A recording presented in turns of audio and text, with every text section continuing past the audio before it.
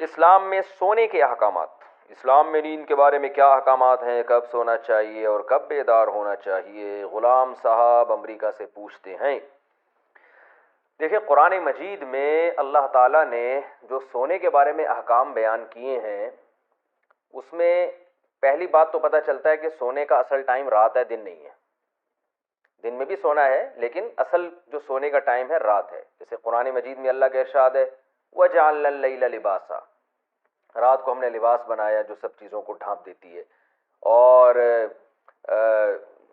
جو ہے وہ ڈھانپنے کا مطلب یہی ہے ہر چیز کو چھپا دیتی ہے، تو انسان بھی رات کو آرام میں آ جاتا ہے اور وہ لیٹ جاتا ہے۔ تو اصل سونے کی جو ہے نا جو وقت ہے وہ رات ہے، اور دن میں بھی سونا ہے تھوڑی دیر، جس کو قیلولہ کہا جاتا ہے، اس کا بھی قرآن مجید میں ذکر ہے، اور آپ صلی اللہ علیہ وسلم نے بھی اس کی تاکید فرمائی، قیلوا فإن الشیطان لا یقیل، قیلولہ کیا کرو اس لیے کہ شیطان قیلولہ نہیں کرتا۔ اور قیلولہ کسے کہتے ہیں؟ دوپہر کھانے کے بعد تھوڑی دیر آرام کرنا، یعنی کہ لمبی تان کے لمبی سو گئے، ایسا نہیں ہے، تھوڑی دیر، شارٹ نیپ جسے کہا جاتا ہے انگلش میں۔ تو دوپہر کو تھوڑی دیر آرام کرنا یہ بھی حدیث سے ثابت ہے، اور رات کو سونا یہ تو قرآن و سنت سے ویسے ہی ثابت ہے، آپ صلی اللہ علیہ وسلم کا معمول بھی تھا۔ البتہ لمبی تان کے جو سونا ہے یہ قرآن و سنت کے خلاف ہے، جیسے کہ آج کل ہم سوتے ہیں، سو رہے ہیں تو پولیس آتی ہے اٹھانے کے لیے۔ اس کی دلیل بھی قرآن مجید میں کانوا قلیلا من اللیل ما یہجعون، فرمائی راتوں کو بہت تھوڑا سویا کرتے تھے، دن میں تو ویسے ہی تھوڑا سونا ہے، تو رات کو بھی اتنا نہیں جتنا پبلک سو رہی ہے، اس کی نسبت تھوڑا۔ تو صحابہ کرام کی اگر ہم نیند دیکھتے ہیں، صحابہ تابعین کی، تو وہ نیند بہت تھوڑی ہوتی تھی۔ یہ جو آج کل مشہور ہو گیا نا 8 گھنٹے سونا صحت کے لیے ضروری ہے، یہ بالکل غلط ہے۔ اس کا کوئی معیار متعین نہیں ہے کہ کتنی دیر سونا صحت کے لیے ضروری ہے۔ شریعت نے ہمیں، پہلے میں شریعت کے حکام اس بارے میں بتا دوں، پھر اس پہ انشاءاللہ جدید تحقیق کو بھی میں پیش کروں گا آپ کے سامنے۔ تو پہلی بات کیا ہوئی؟ دن میں بھی تھوڑی دیر آرام کرنا ہے ہم نے، اور سونا جو زیادہ یعنی جو پراپر سونا ہوگا وہ رات میں ہوگا، وہ دن میں نہیں ہوگا۔ ایک بات یہ پتہ چلی۔ دوسری بات ہمیں یہ پتہ چلی کہ قرآن کہتا ہے تھوڑا سوتے ہیں، جتنا پبلک سو رہی ہے نا یہ بہت زیادہ سو رہی ہے، اتنا زیادہ نہیں سونا۔ یہ دوسری ہمیں ہدایت قرآن سے پتہ چلی، قرآن و سنت سے۔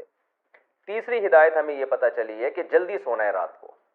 رسول اللہ صلی اللہ علیہ وسلم نے عشاء کے بعد نہ سونے کو اور گپیں مارنا، اور جیسے ہم لوگ کر رہے ہوتے ہیں آج کل، تو اس عمل کو بھی ناپسندیدہ قرار دیا ہے۔ عشاء کے بعد آپ صلی اللہ علیہ وسلم سو جایا کرتے تھے، جلدی سونے کا معمول تھا۔ تو یہ تین چیزیں آپ اگر جمع کر لیں اپنی زندگی میں، تو اسلامی تعلیمات جو سونے کے بارے میں ہیں اس پر بھی عمل ہو جائے گا، اور صحت بہت ٹائٹ ہو جائے گی انشاءاللہ۔ تو یہ جو ہے نا کہ کم سونا، یہ جبھی ممکن ہے کہ جب آپ سونے کی اس ٹائمنگ کو فالو کریں جو قرآن و سنت نے ہمیں بتائی ہے۔ اچھا، اس میں ایک بات یہ بھی ہے کہ آپ صلی اللہ علیہ وسلم عشاء کے فوراً بعد سو جایا کرتے تھے، پھر بہت جلدی رات کو اٹھ جایا کرتے تھے، پھر بہت لمبی لمبی تہجد پڑھا کرتے تھے۔ تو پھر فجر کی نماز سے، فرض نماز سے تھوڑی دیر پہلے آپ تھوڑی دیر آرام کیا کرتے تھے، بہت مختصر سی نیند ہوا کرتی تھی وہ فجر کی سنتوں کے بعد، یعنی ساری رات تہجد پڑھی آپ صلی اللہ علیہ وسلم نے، پھر صبح صادق ہوئی تو 2 رکعت سنت پڑھی، سنت جو موقدہ ہیں فجر کی، اس کے بعد تھوڑی دیر آپ آرام کرتے تھے سنت اور فرض کے درمیان میں، بہت مختصر سا لیٹ جایا کرتے تھے تھوڑی دیر۔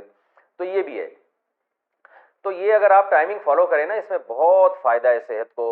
اور لیکن اس میں ایک چیز یہ ہے کہ اس ٹائمنگ کو اور اتنی کم نیند کہ بہت تھوڑا سونا، یہ جبھی ممکن ہے جب آپ کی باقی صحت اچھی ہو اور سونے کی اسی ٹائمنگ کو فالو کریں آپ۔ اگر آپ عشاء کے فوراً بعد سو جائیں تو آج بھی میڈیکل سائنس کہتی ہے تھوڑی دیر سونا، یہ اس وقت کا تھوڑی دیر سونا کئی گھنٹے سونے کے برابر ہوگا، آپ کو اتنا فریش کر دے گا۔ اور اگر آپ رات کو دیر سے سوئیں گے تو کئی گھنٹے سو کے بھی وہ راحت آپ کو حاصل نہیں ہوگی جو جلدی سونے میں حاصل ہوتی ہے۔ اس لیے کہ میڈیکل سائنس کہتی ہے، جو ہم نے ڈاکٹروں سے سنا ہے، کہ ایک دماغ میں کیمیکل نکلنا شروع ہو جاتا ہے رات کے وقت میں، اور وہ ہمیں سلانے کی طرف لے کے جاتا ہے۔ اگر ہم وہ نہیں سوتے تو اس کا پھر نقصان یہ ہوتا ہے کہ بعد میں بہت زیادہ بھی سو کے وہ فریشنس ہمیں حاصل نہیں ہوتی۔ تو اس لیے عشاء کے فوراً بعد سو جائیں، تو تھوڑے چند گھنٹے سو جائیں آپ، 3-4 گھنٹے گہری نیند بہت ہے، 4 گھنٹے بھی آپ سو گئے گہری نیند بہت ہٹو بچو ہو جائے گا۔ اس کے بعد پھر آپ فجر کی سنتیں پڑھ لیں، اور سنتوں اور فرض کے درمیان جو وقفہ اس میں تھوڑی دیر آرام کر لیں۔ اس کے بعد دوپہر کھانے کے بعد تھوڑی دیر آپ آدھا گھنٹہ، وہ بہت زیادہ ہو گیا 1 گھنٹہ آرام کر لیا آپ نے، تو آپ کی بہت کم نیند میں آپ سارا دن فریش نظر آئیں گے، سارا دن آپ ہنستے کھیلتے رہیں گے۔ اور اگر بھائی جو ہماری روٹین آج کل چل رہی ہے اچھا اس میں ایک یہ بھی ہے کہ اس میں یہ بھی ضروری ہے کم کھانا ہے، کیونکہ جو زیادہ کھاتا ہے پھر وہ اس کو زیادہ سونا پڑتا ہے، تو جتنا کھائیں گے اتنا ہی پھر وہ موٹاپا آئے گا اور درجنوں مسائل، تو کھانا بھی کم کھانا ہے اس میں۔ تو ہر لحاظ سے آپ اگر پوری شریعت کی تعلیمات کو فالو کریں گے، پھر اس کو ایسا نہیں کہ آدھی تعلیمات شریعت کی لیں آدھی آج کے رواج کے لے لیں، تو پھر وہ صحیح حساب چلے گا نہیں، تو اسی حساب سے کھانا بھی پھر کم کرنا ہے آپ نے۔ تو اگر آپ اس ترتیب کو فالو کریں گے نا تو آپ دیکھیں گے چند گھنٹے یعنی 4 5 6 گھنٹے بھی آپ کے لیے 24 گھنٹے میں بہت ہوں گے، تو آپ ان لوگوں سے زیادہ اچھا کام کر سکیں گے جو 8 8 9 9 گھنٹے سو رہے ہیں پھر بھی وہ فریش نہیں ہوتے، اور آپ 5 6 گھنٹے کی نیند میں بہت زیادہ فریش ہو جائیں گے اگر آپ اس ترتیب سے سوئیں آپ۔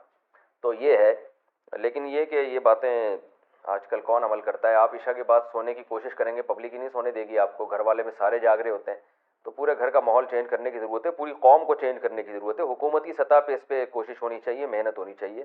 جن ملکوں میں جلدی سونے کا رواج ہے، چائنا میں اور تھائی لینڈ میں گیا ہوں، وہاں بھی میں نے دیکھا ہے کہ لوگ جلدی سوتے ہیں اور فجر کے بعد ان کی مارکیٹیں کھلی ہوتی ہیں، تو وہاں گورنمنٹ نے جو ہے نوٹس لیا تھا اور گورنمنٹ لوگوں کو اس پر لے کر آئی ہے، حکومتی سطح پر اس کی کوششیں اور محنتیں ہوئی ہیں۔ تو قوم تو جبھی تبدیل ہوتی ہے جب گورنمنٹ لیول پر اس کی کوشش ہو، لیکن آپ اپنے طور پر اگر کر لیں تو بہت اچھی بات ہے، کم از کم 2 4 لوگ ہی ٹھیک ہو جائیں گے۔